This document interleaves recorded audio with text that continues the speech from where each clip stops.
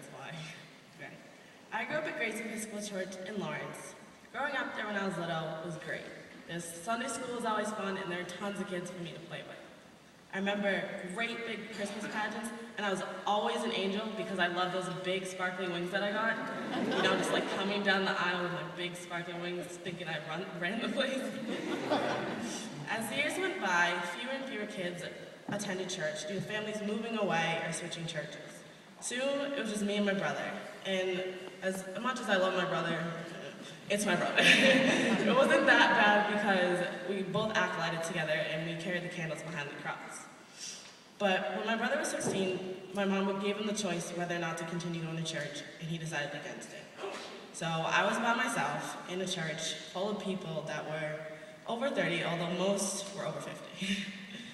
And as much as I loved going to church, it wasn't fun anymore, and I was alone.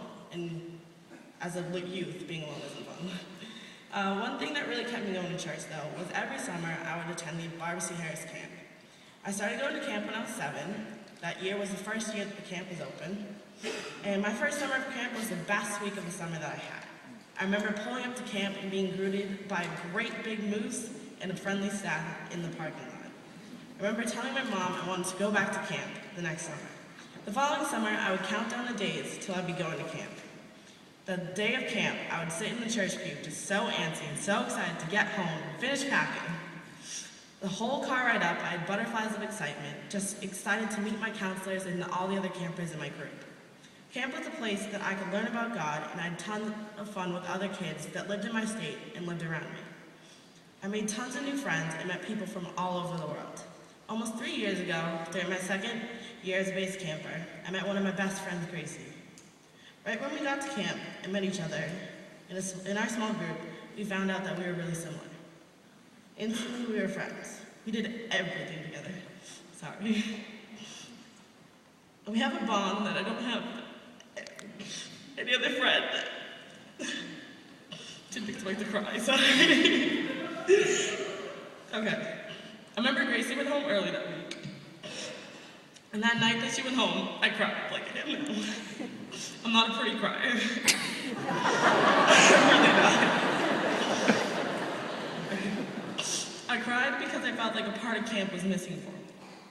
Now, every year when we go to camp, we have a countdown that starts 2 or 3 months before. I remember on Facebook, it's always 120 days till we go to camp.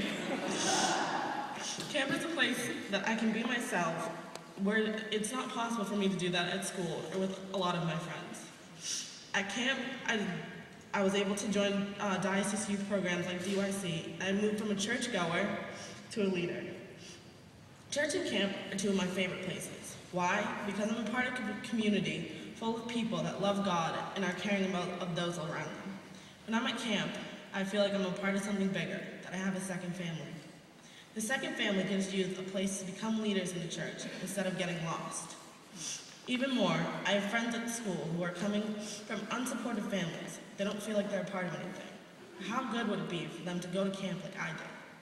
Camp is a place for those people to experience and love and grow, just like I did.